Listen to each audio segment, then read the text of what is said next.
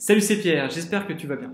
Alors dans cette vidéo, on va voir quelles sont les 5 erreurs les plus souvent commises quand on débute dans le dropshipping. Alors avant de commencer, je te remercierais de mettre un petit pouce bleu ou de t'abonner à cette chaîne. Voilà, moi ça m'encourage et ça me permet de voir si les contenus que je propose vous intéressent ou pas. Allez, sur ce, c'est parti.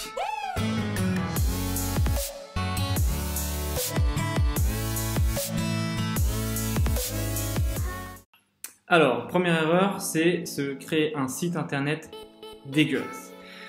Je vois souvent des sites internet qui se lancent dans le dropshipping et les personnes en fait font pas assez d'efforts sur la présentation du site. On voit un fond qui est dégueulasse, une écriture de site qui est dégueulasse, des fiches produits qui sont dégueulasses et la majorité des personnes en fait ce qu'elles font c'est qu'elles prennent un thème gratuit, elles modifient, elles font 2-3 trucs etc. et bah en fait ça ressemble à rien. Donc moi je vous dis tout de suite, si vous avez un site qui ressemble à rien, et ben vous ne vendrez pas un seul produit. Alors c'est sûr, il existe plein de thèmes gratuits qui sont très bien proposés par Shopify. On peut se lancer dedans quand on débute, quand on veut tester un produit, etc.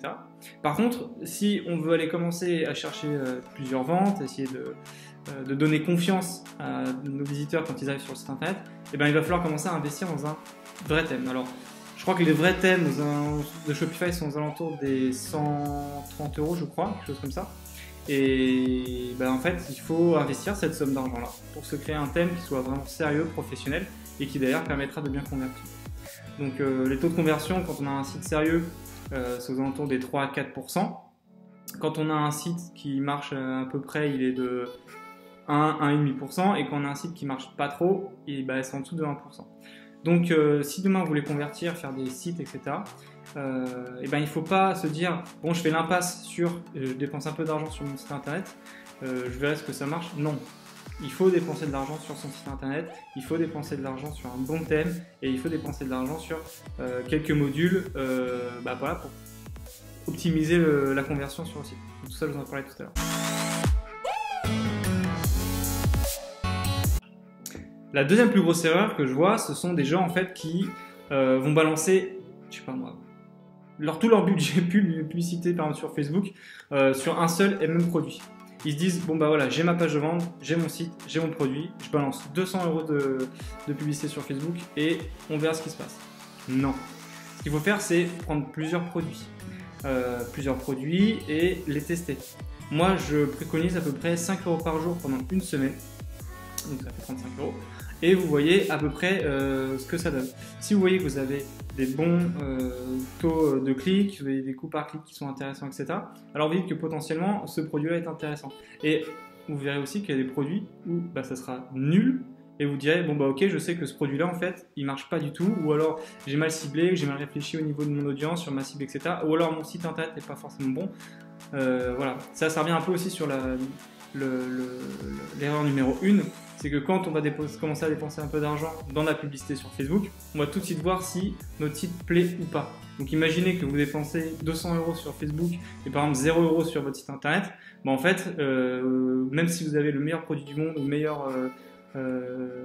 meilleur message que vous voulez faire passer, etc., en fait, si votre site, si la base, c'est-à-dire votre point de vente entre guillemets sur internet n'est pas bon, ben en fait vous allez perdre de l'argent. Donc voilà.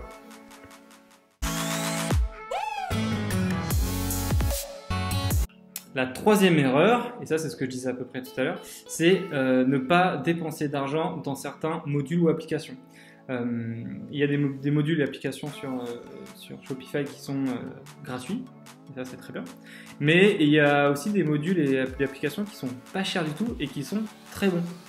Je pense notamment à un module qui s'appelle Ricart, qui vous permet en fait d'aller chercher des paniers abandonnés, de relancer des paniers abandonnés, d'utiliser Messenger pour aller parler à vos utilisateurs.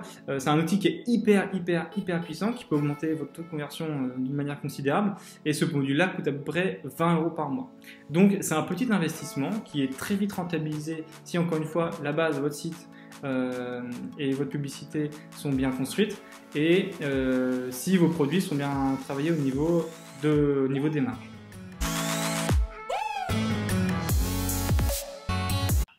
Justement, quatrième erreur, ce sont la politique prix que vous avez sur votre site.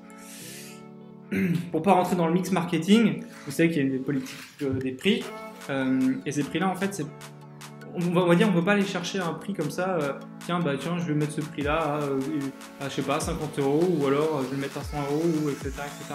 Non, il faut réfléchir, il faut voir à peu près ce que fait vos concurrents, il faut voir aussi quel est le prix potentiellement psychologique que peut avoir vos produits pour que votre consommateur achète. Donc, moi, ce que je fais généralement, c'est que je me dis, pour des petits produits que j'achète peut-être 1 euro ou entre 1 euro et 5 euros, en fait, je rajoute 10 euros. Je me dis, je fais 10 euros de marge, ça couvre mon investissement en publicité, ça couvre mes différentes applications et ça couvre aussi d'ailleurs mon salaire. Voilà.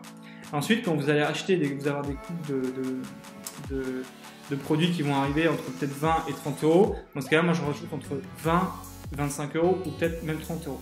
Et si vous achetez des produits 50 euros, alors moi je rajoute à peu près entre 50 et 60 euros. Voilà. Mais c'est parce que j'ai fait des tests, je suis allé voir, j'ai pris tiens, je vais prendre un produit, j'achète 1 euro, je le vends 25 euros. Zéro vente. Alors je prends le même produit, que j'achète toujours 1 euro, et je vais le vendre 6 euros. Là, plein de ventes. Mais par contre, je fais pas beaucoup de marge. Donc je réfléchis, je prends mon produit, je prends 1 euro, et je le vends 15 euros ou 12 euros. Et bien je vois que j'en vends aussi. Et je me dis, là d'accord, c'est bien, ça couvre à peu près la totalité de mes charges et ça me fait déjà un bénéfice pour après derrière pouvoir me rémunérer. Donc je me dis que c'est bien, c'est le bon produit, c'est bon prix pour le produit. Et donc tout ça, il faut tester encore une fois. Ne commencez pas à créer plein de produits, dire moi je fais du plus 50 ou du fois 100 au niveau de mes prix. Hein. C'est pas comme ça que ça marche, il faut tester. Encore une fois, la base de la base quand on crée un site e-commerce, notamment dans le dropshipping, c'est de tester. Il existe plein d'outils aujourd'hui qui nous permettent de tester en limitant fortement l'investissement. Utilisons-le et faites en sorte que votre site vous coûte en investissement le moins possible, mais qui derrière est potentiellement le plus rentable possible aussi.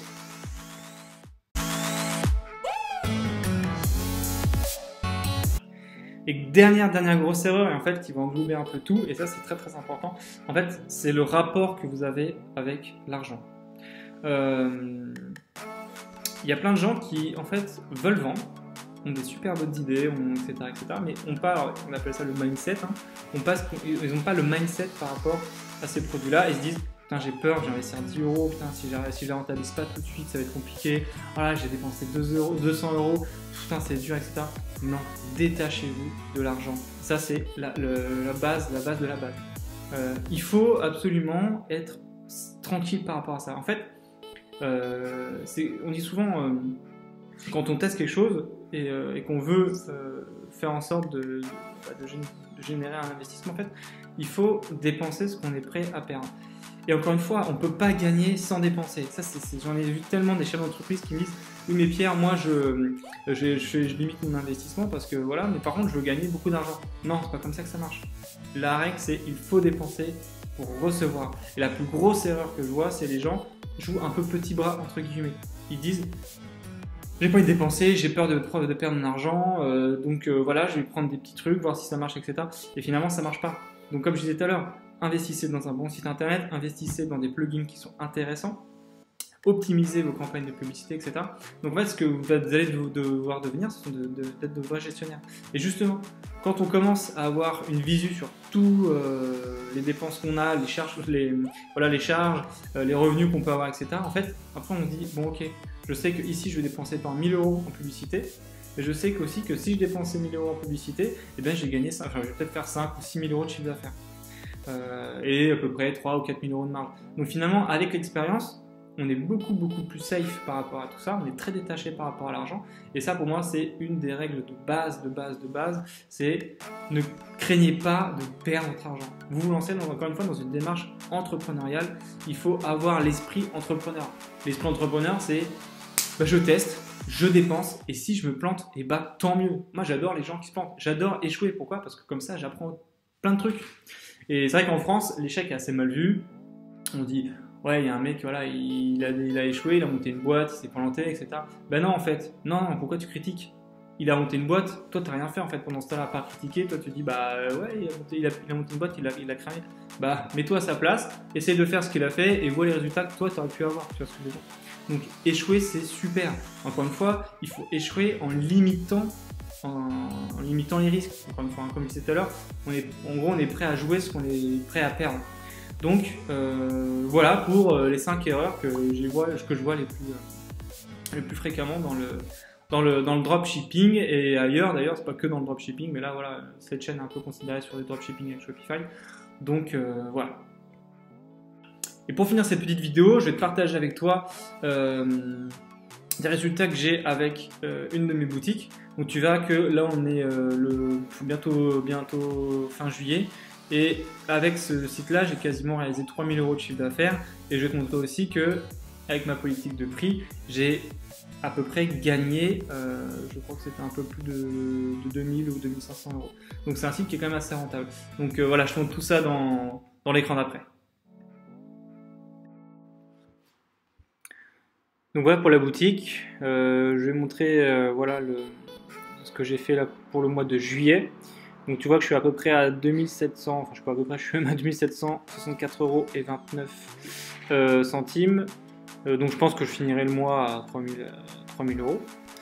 Et sur la page d'après, tu vois que là du coup je suis sur Oberlo et tu peux voir la marge. Donc tu vois, je suis totalement transparent avec toi. Et tu vois que pour le mois, donc on voit pas trop l'écran, mais bon bref, c'est un bon mois ce que je te disais tout à l'heure, parce que moi je pensais à un autre truc. Mais en gros j'ai fait, voilà, je finirai à 2000 € net ce mois-ci.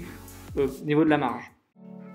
Voilà pour la vidéo d'aujourd'hui, j'espère que ça t'aura plu. Si tu as des questions, n'hésite pas à les poser en commentaire. Encore une fois, n'hésite pas à mettre un petit pouce bleu et à t'abonner à la chaîne. Et je te souhaite une bonne soirée, une bonne journée. On est sur YouTube, on sait jamais. Allez, salut!